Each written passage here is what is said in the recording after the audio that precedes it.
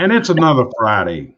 What does that mean? It's time for another episode of the CBC Home Service Success Network. This is presented by the coaching team here at CBC Success Group. Today it'll be myself and Cheryl, but we hope to give you a topic. It's something for you to consider. It's something that's going to help you drive sales, drive testimonials, drive reviews, and move you closer to the dreams you got in business. And that is, do you really understand your customer? Do you really understand them? And what I mean by that, do you understand what they want, what they need? Do you understand what their fears are? Do you understand everything about that person? Because to build trust, to build a relationship, understanding of the other person is of critical importance no matter what you're doing in business and in life, your family relationships, everything else. In order to have a successful marriage, a successful partnership, you have to understand each other. You have to be on the same page, and you've got to be able to listen. Listen to understand, not just listen to build a reply.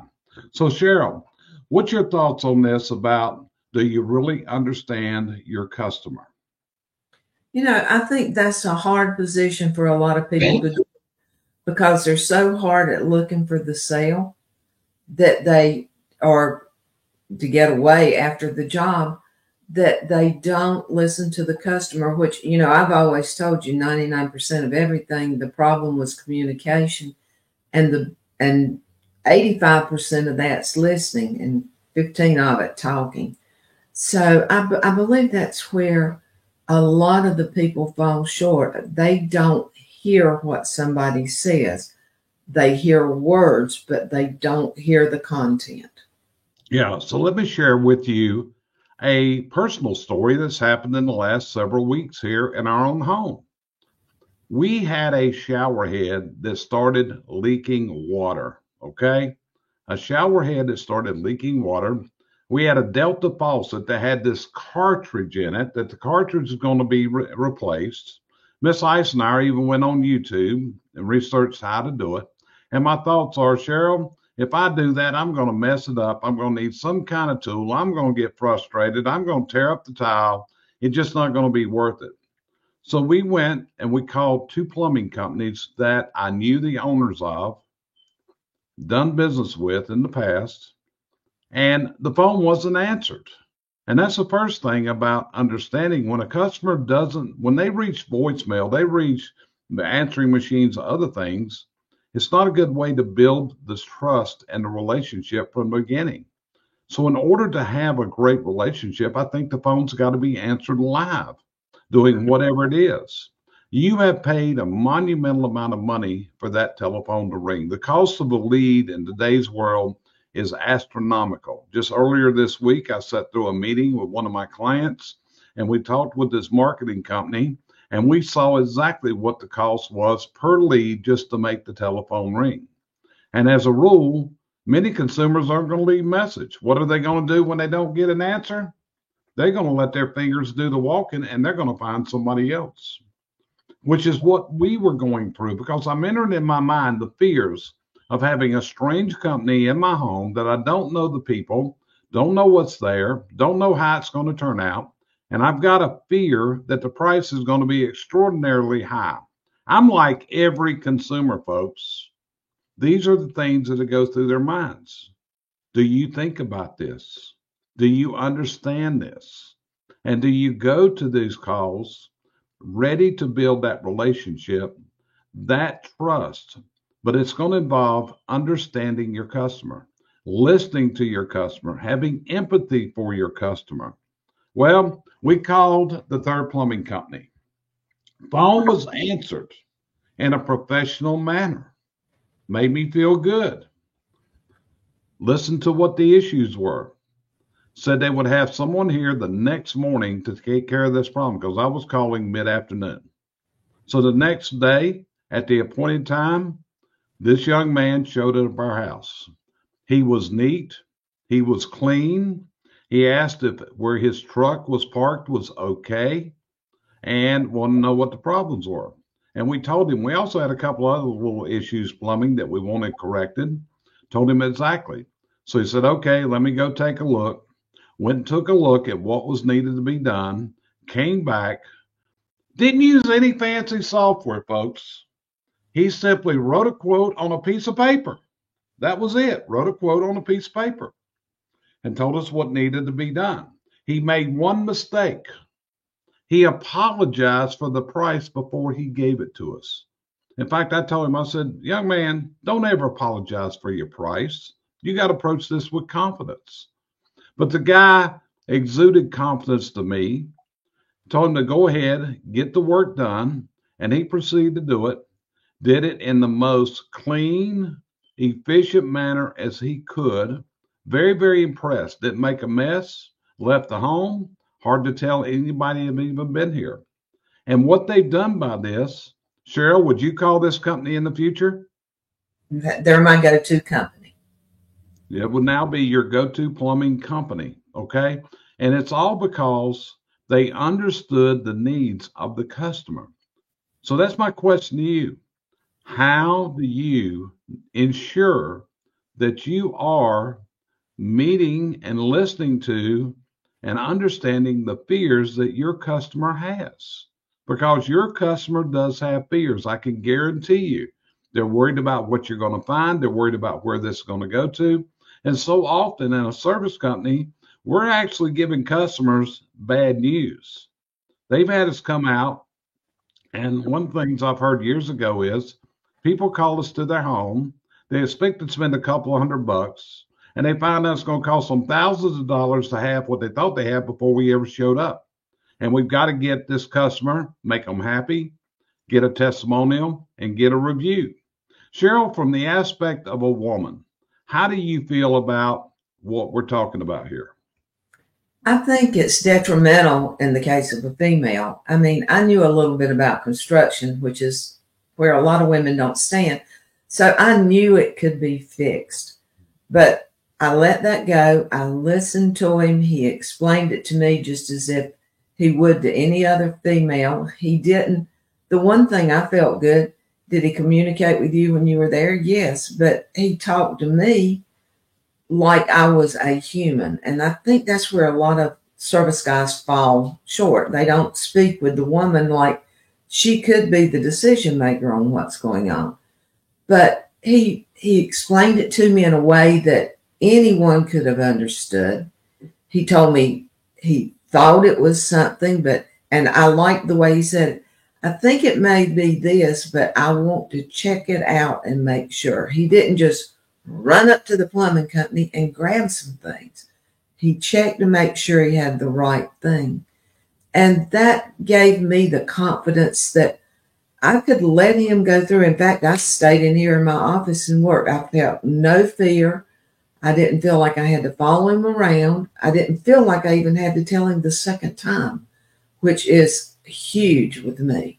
So if he treats every other female like this, I mean, I trust the guy now. I would think nothing of him coming in my house with me not being here and doing what he needed to do. You know, and that's the situation. It's got to start right at the beginning when you first have your first contact with the customer. This is where the office staff, your CSRs, your dispatchers, whatever you call these people in your office managers, whatever. This is the first communication, and this is where the trust and the relationship starts, is whenever that phone call comes in.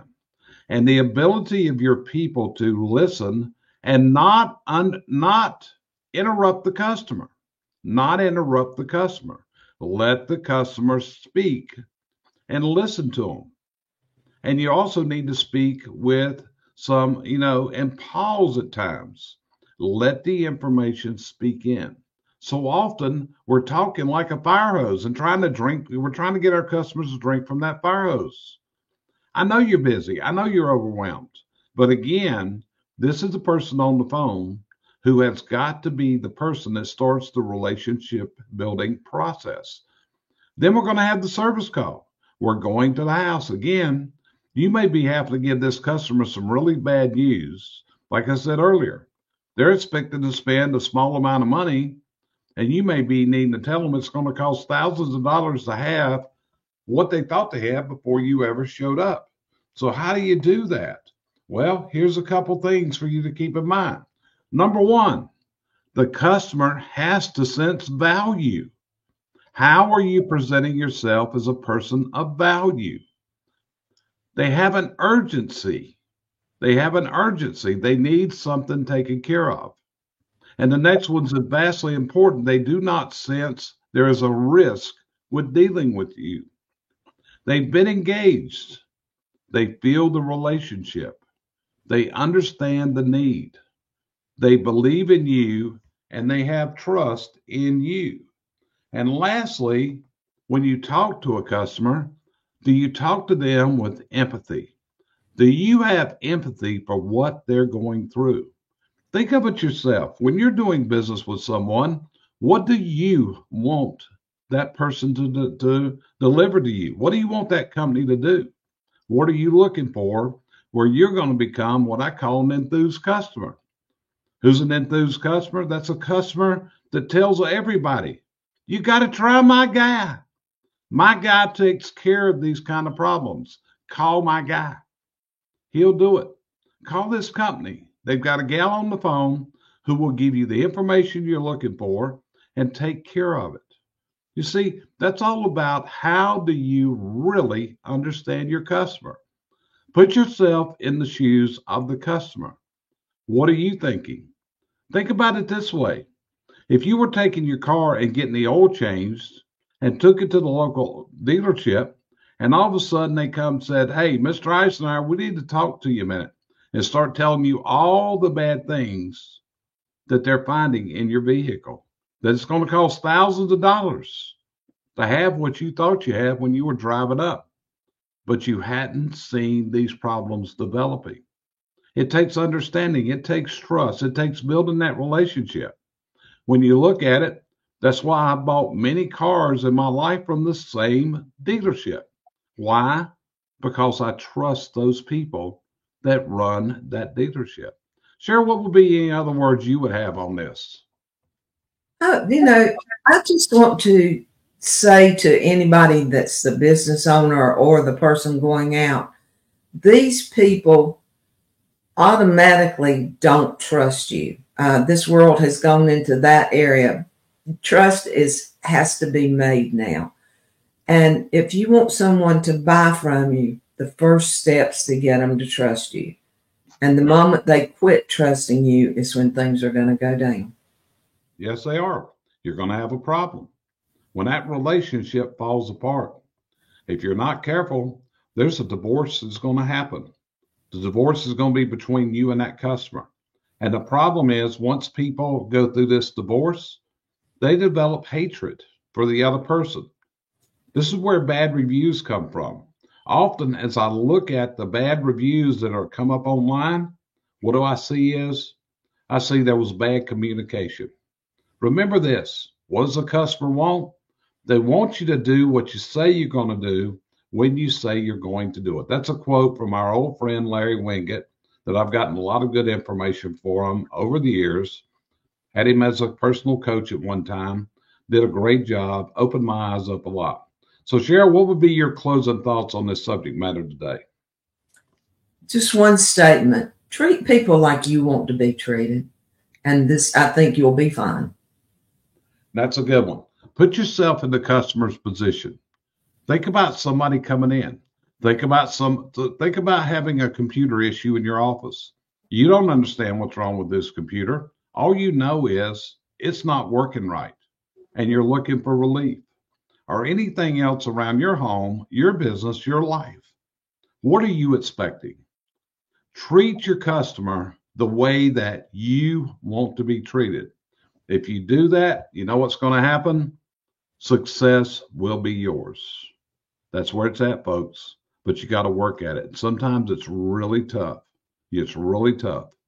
But work to learn to understand the customer, understand the customer's wants, the customer's needs, and most of all, understand the customer's fears, where you don't light a fuse on a problem simply from a lack of understanding that customer.